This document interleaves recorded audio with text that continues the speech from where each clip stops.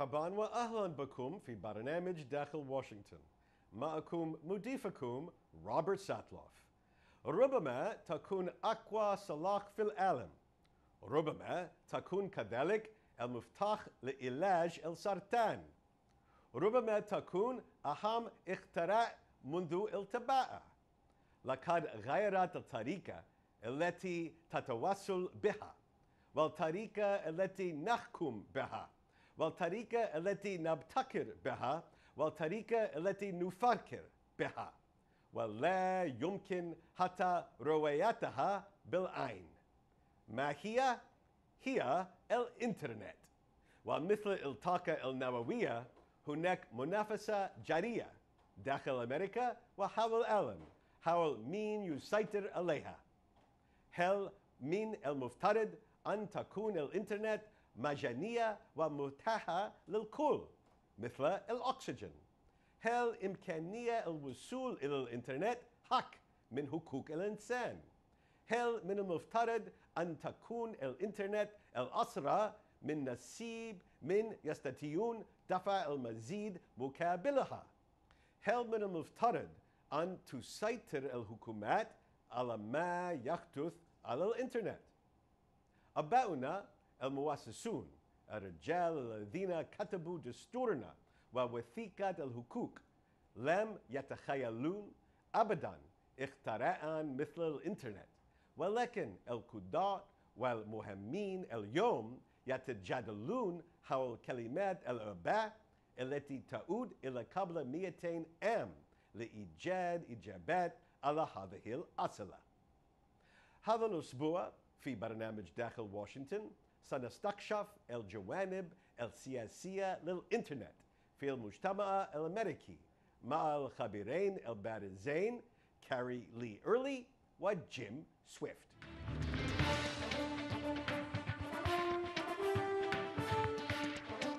Welcome back to Dakhel, Washington. Today we're going to talk about the law and politics of something that we all take for granted, but it's one of the most important things in life in the 21st century. I'm referring to the internet.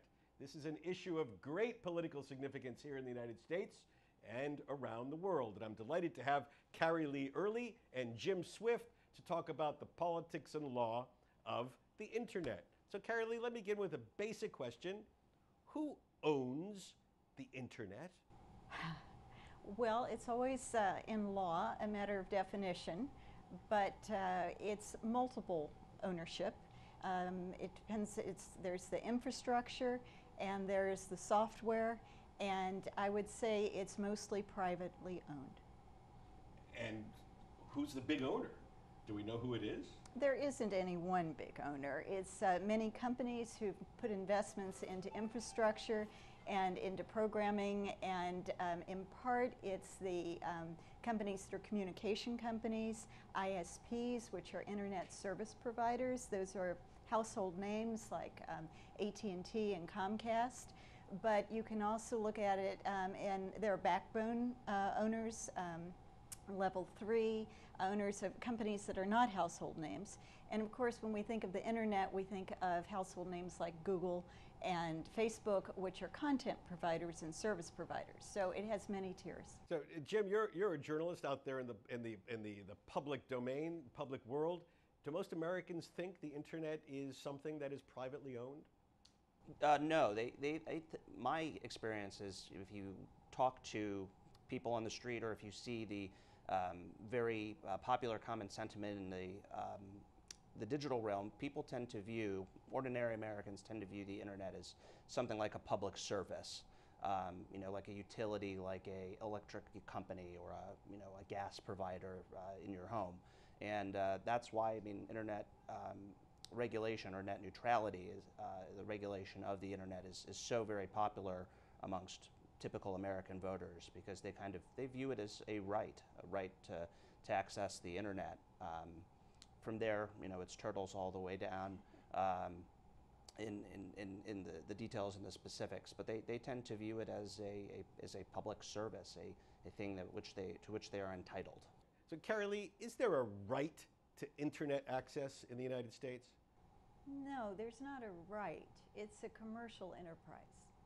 So when average Americans think that they should be able to access the internet the same way they should be able to vote or have free speech or freedom of religion, I know it's obviously not in the Bill of Rights because it wasn't around 200 years ago, but it's not interpreted as being as essential as those freedoms? Well, I mean, you could look at it in a way sort of as a free speech issue, but it isn't. From a practical standpoint, it's widely, I mean, it's available.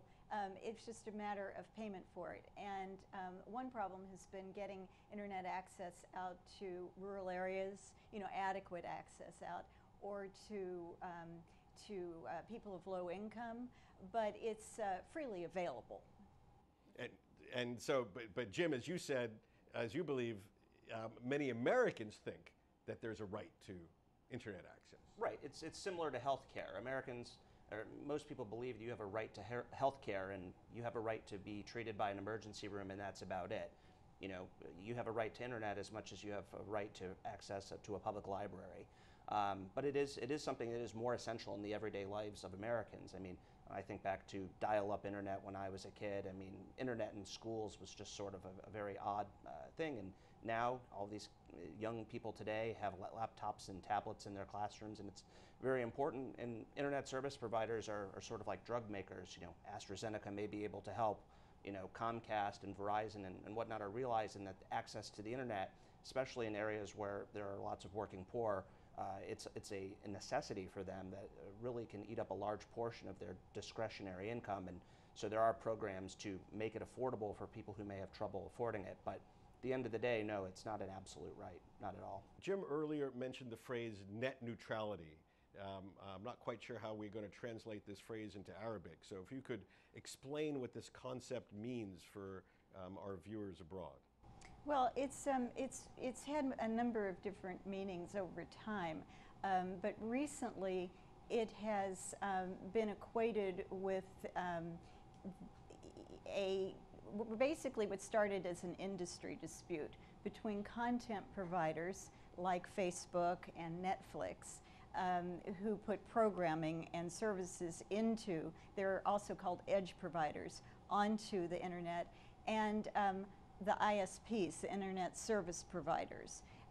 It's basically a question of cost, but it got translated into sort of a consumer issue out of the fear that the internet service providers would favor their own content and that consumers would have less access or higher cost for accessing these other providers, the Facebooks and the content providers. So what is the political issue today surrounding net neutrality? Translate this into a real-world political debate. Sure. The status of net neutrality, as it's known, there is no real official definition of net neutrality. It means many different things to many different people. But as Carrie Lee was insinuating, the most recent iteration of this is a regulation that the Obama-era Federal Communications Commission passed along a party line vote where all of the Democrats supported this open internet order, and the Republicans, who were in the minority at the time, opposed it.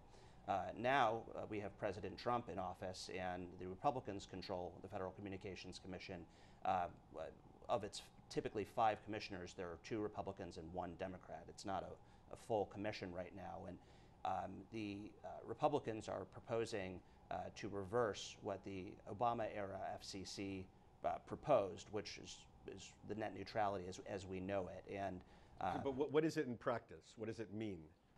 In practice, and what the Obama-era FCC had put in was a series of regulatory changes that subjected these internet service providers to a certain classification that made them common carriers as opposed to information service providers, and that treated them more like a regulated utility, and it subjected them to a whole host of different regulations that they were previously not subject to.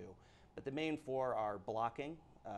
It would prohibit ISPs from blocking the legal use of the internet by a consumer who wants to use a certain device or access a certain service. The blocking prohibition would prevent these internet service providers from playing favorites or allowing companies to pay to be treated favorably.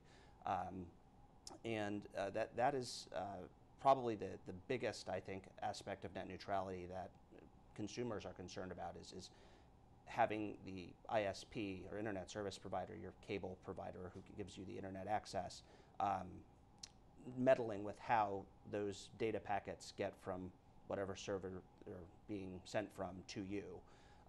There are other aspects about transparency and how these networks are handled by the internet service provider, because it's a pretty complicated thing, the internet.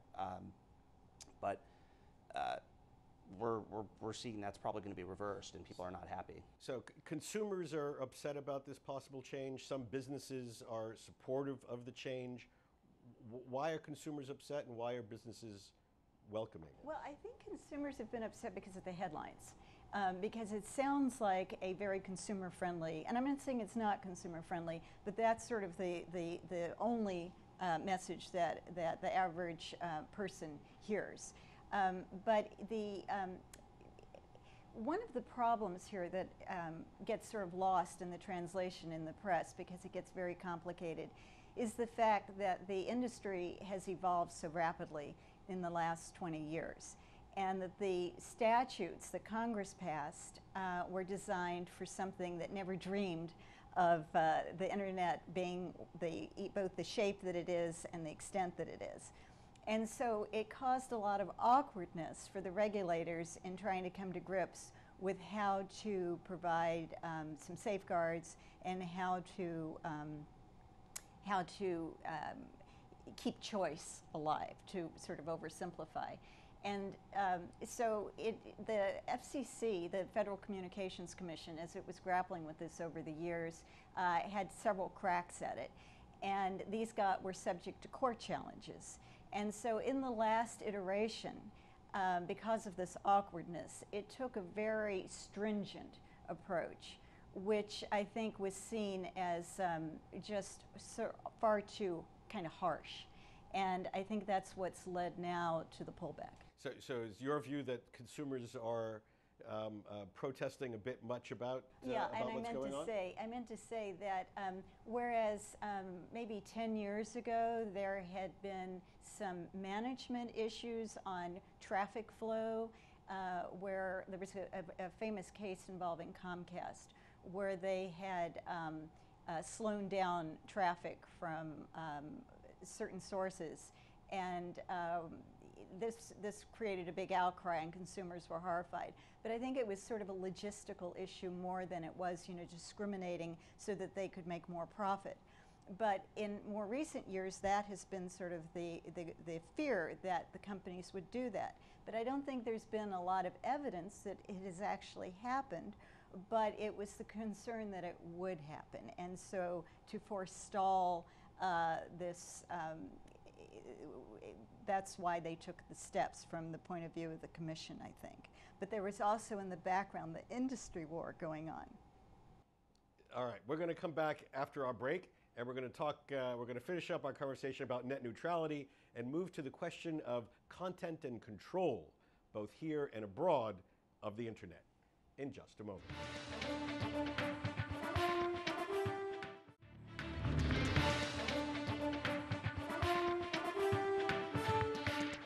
Our guests today include Carrie Lee Early. Carrie Lee is an attorney and an expert on the politics and policy of communications, energy, and technology, with more than 20 years' experience in the government and private sector.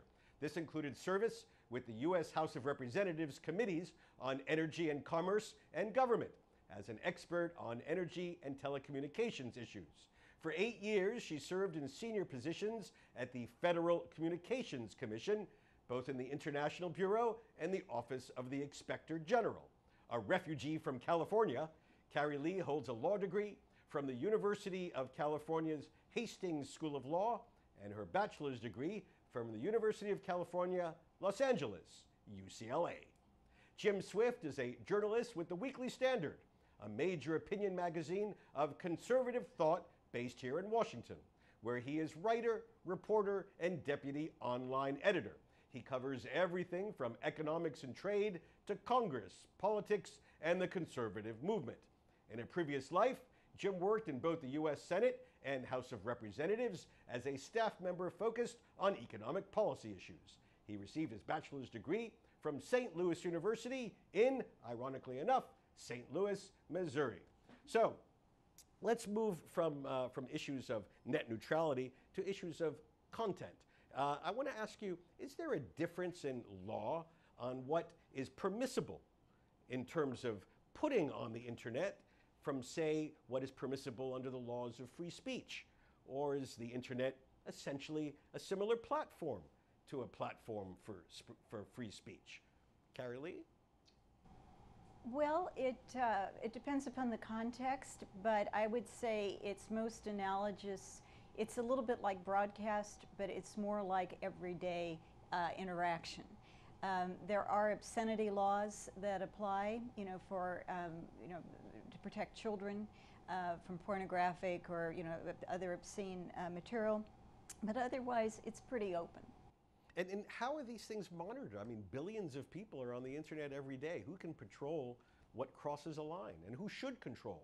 Jim? Well, on Facebook and Twitter, which are the most popular messaging platforms and social media outlets in the U.S., I mean, they have hundreds, if not probably thousands of people who work either directly looking at the kinds of content that are posted on their sites or working on algorithms to stop hate speech or hacking or other sorts of things from becoming pernicious and harming their users. But at the end of the day, you don't have an absolute right to free speech on Facebook nor Twitter, because it's not a public forum in the sense that you're sitting on the street corner with a megaphone shouting at Congress. That's their platform and they own it, and they're free to ban you and they're free to censor you.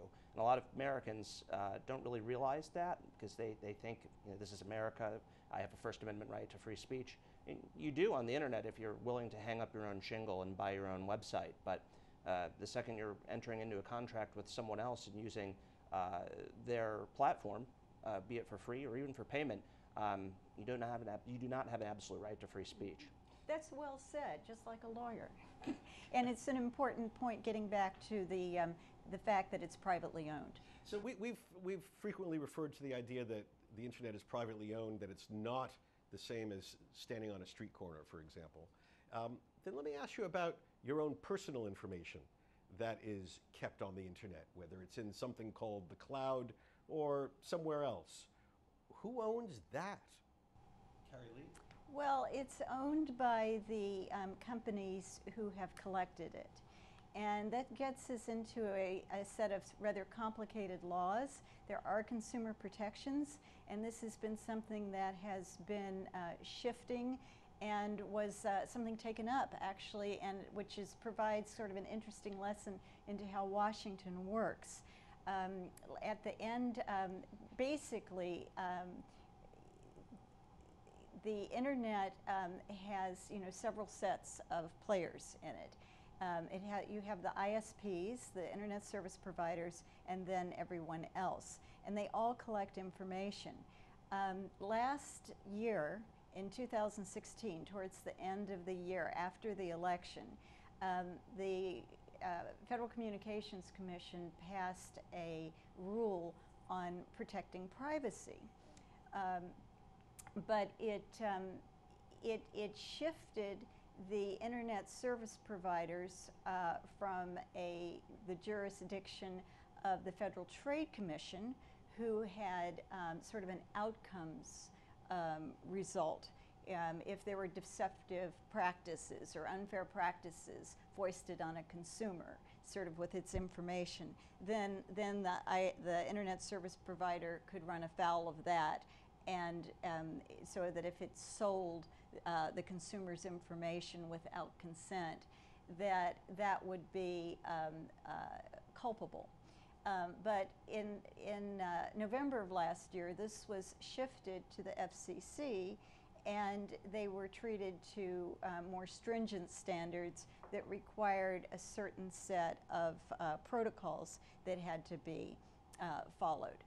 But in this year, for a variety of reasons, including the concern over consumer confusion, because other internet service providers remained under the old system with the FTC. Congress used a rarely used device called the Congressional Review Act to abolish that rule, and it was signed by the president shortly thereafter, the congressional resolution. And so now everything's shifted back to the old system. So it's under the auspices of the Federal Trade Commission. So is the bottom line for consumers that there is less protection today than perhaps a year ago?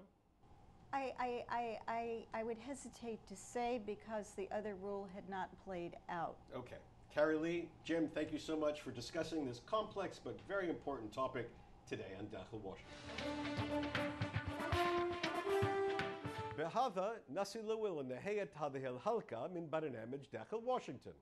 إذا كانت لديكم أي استفسارات أو تعليقات حول هذه الحلقة، وخاصة حول السيطرة على الإنترنت في بلدكم، أرجو أن تراسلوني مباشرة على عنوان البريد الإلكتروني التالي insidewashington@alhura.com. معكم روبرت ساتلوف. شكرا لكم وإلى اللقاء.